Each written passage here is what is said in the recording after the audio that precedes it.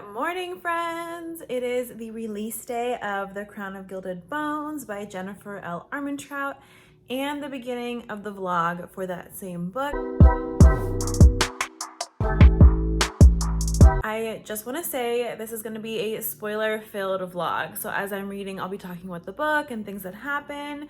So if you haven't read the book yet, and if you're meaning to read the book, I would suggest that you don't watch this vlog until you read the book or the series.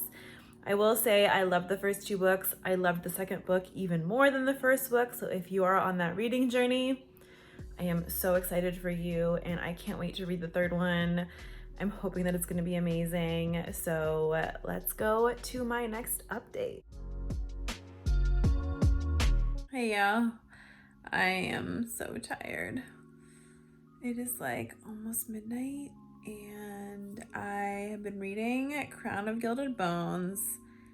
It just came out today and I did read other books and I just had to start it. So I'm at chapter 11 and it's definitely a ride. It's a wild ride. And before I say anything else, if I haven't said it before, this is going to be spoiler filled, so just FYI, if you haven't read the book and you don't want to know any spoilers, I suggest you come back when you have read the book and watch this. But we got to the part where they were trying to save Poppy and mildly sad that she didn't get her revenge on Jansen. But besides, that's besides the point. They were trying to save her and I really thought they were going to make her ascend and I was so disappointed. I was so convinced she was ascending.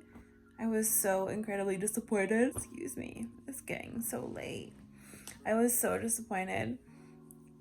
And now we're at chapter 11 and she hasn't ascended, but no one really knows what happened. And honestly, I am happy that it's not an ascension. I don't know what it is, but if she had turned into a vampire, I would have been so disappointed in the story. Thank goodness that she did not. And that is all I have to say. Also, that like wild scene where she wakes up in bloodlust with Castile and Kiernan, I'm just like, dang, that was wild. Anyways, let's see what the rest of the book brings because I'm only like 18 or 19% into it and holy shit. Hey y'all, just a quick update. I think I left y'all last night and I was at like 20-something% of the book and I was very interested. It was very intriguing. I'm now at like 45%. I think I just finished chapter 21 and we just figured out that Willa Collins was freaking Atlantean, which probably was the most hilarious part of chapter 21.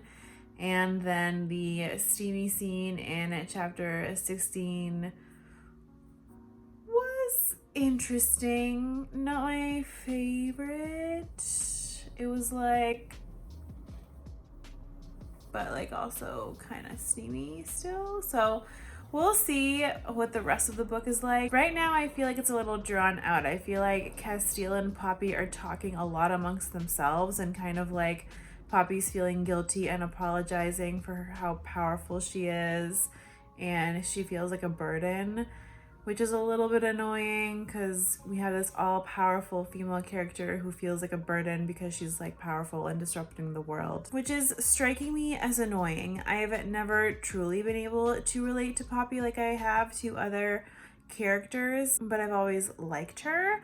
I obviously do like Castile and Kieran a lot more just because they're just more fun, bantery, like troll like characters. They just love to troll Poppy and it's freaking hilarious, and she does the same, but I just feel like it's kind of drawn out right now. I'm not as invested in this book as I was in A Kingdom of Flesh and Fire, and I'm wondering if that's just because the first part of these books are usually a little slower and I just never noticed it before, or if I'm maybe not as interested in the series anymore, which is so sad because I love the world and I loved the first two books. I binge read them, but I'm having a hard time with this one, or at least I feel like I should be so much more excited than I am. So stay tuned. Hopefully I will start enjoying it more and it'll start to feel less drawn out and more interesting and more up my alley.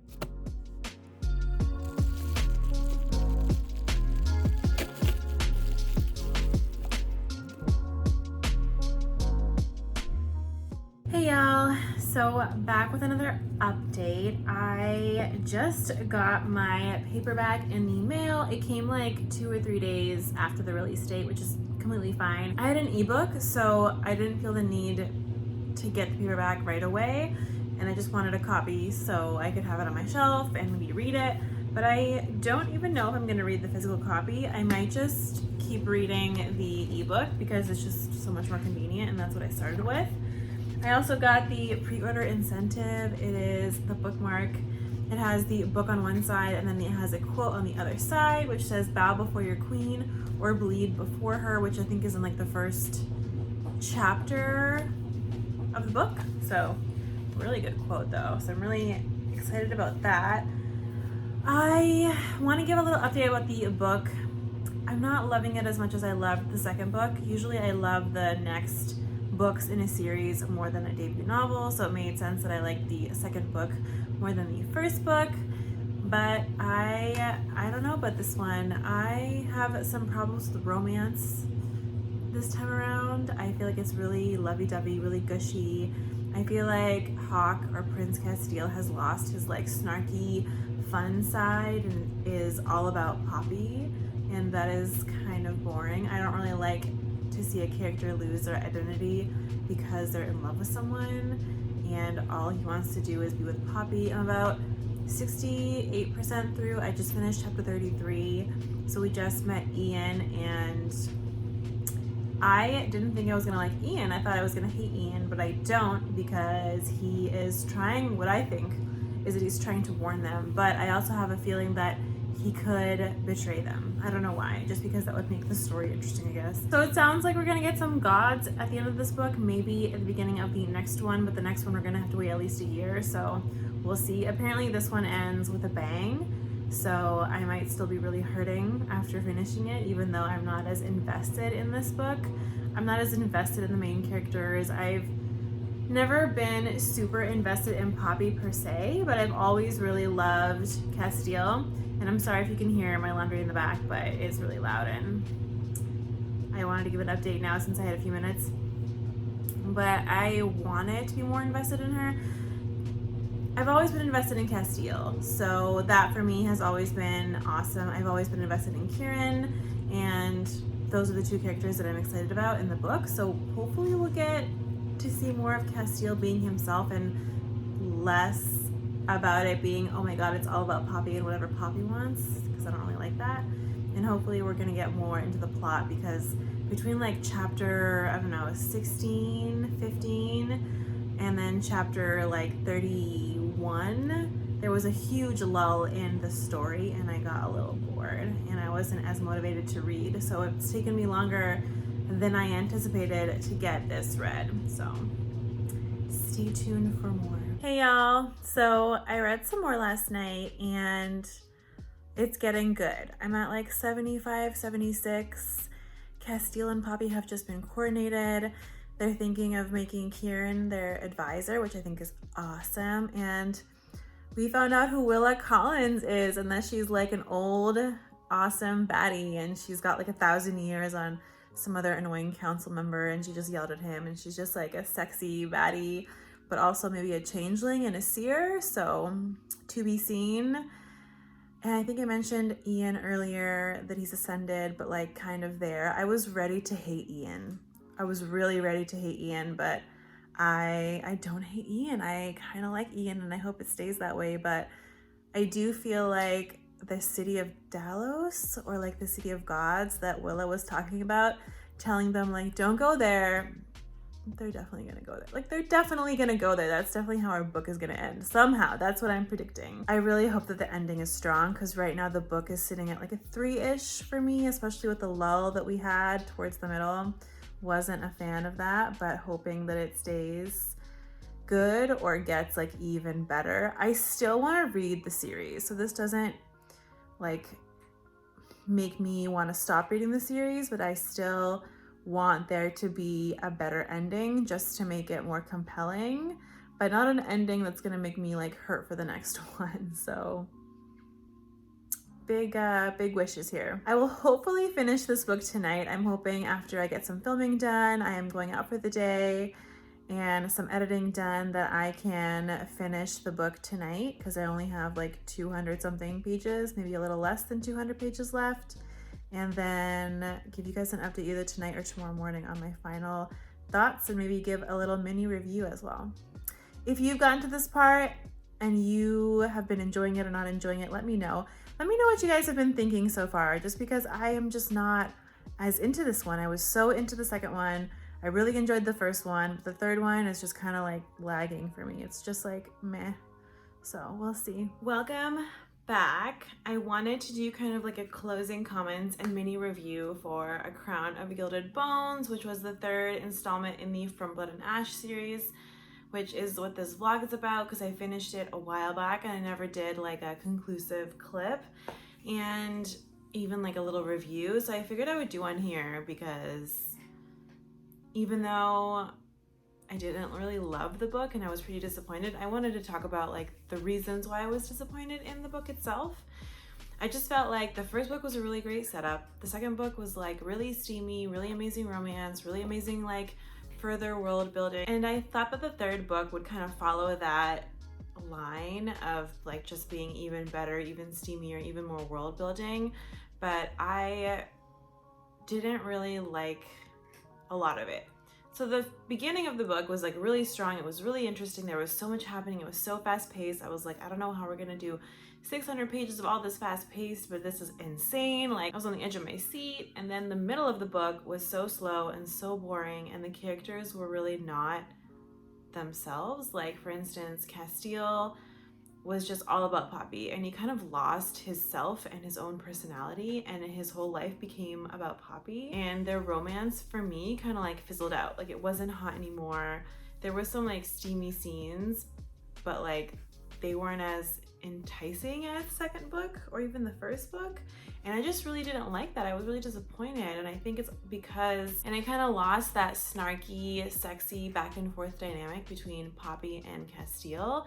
And even with Kieran, I feel like now he's a little bit more about Poppy, and I get it, you know, she's his queen or whatever, but there is less snarkiness. There was more with him than with Castile, so that was way more fun to read his scenes than Castile's scenes, but I was really disappointed. I felt like a lot of things didn't really make a lot of sense, like when they entered the land of the gods and they got through like the skeleton army, it was like so easy and so quick. And then she had her conversation with Nyktos, the god, the king of the gods. And that conversation was really quick. He's like, you can ask me one question. Then he was like, oh, sorry, gotta go. And like, for what? Like, where are you going? You've been asleep for like how long? Like, where are you going now? That whole thing should have been way longer in the book. The journey to get to the land of the gods, the conversation with Nyktos, the dragons, I just feel like that whole thing could have been way more fleshed out instead of the filler that we had with Castile and Poppy just being like weird and awkward, and Castile just being like obsessed and overprotective of Poppy and just kind of like all about Poppy and losing himself in her.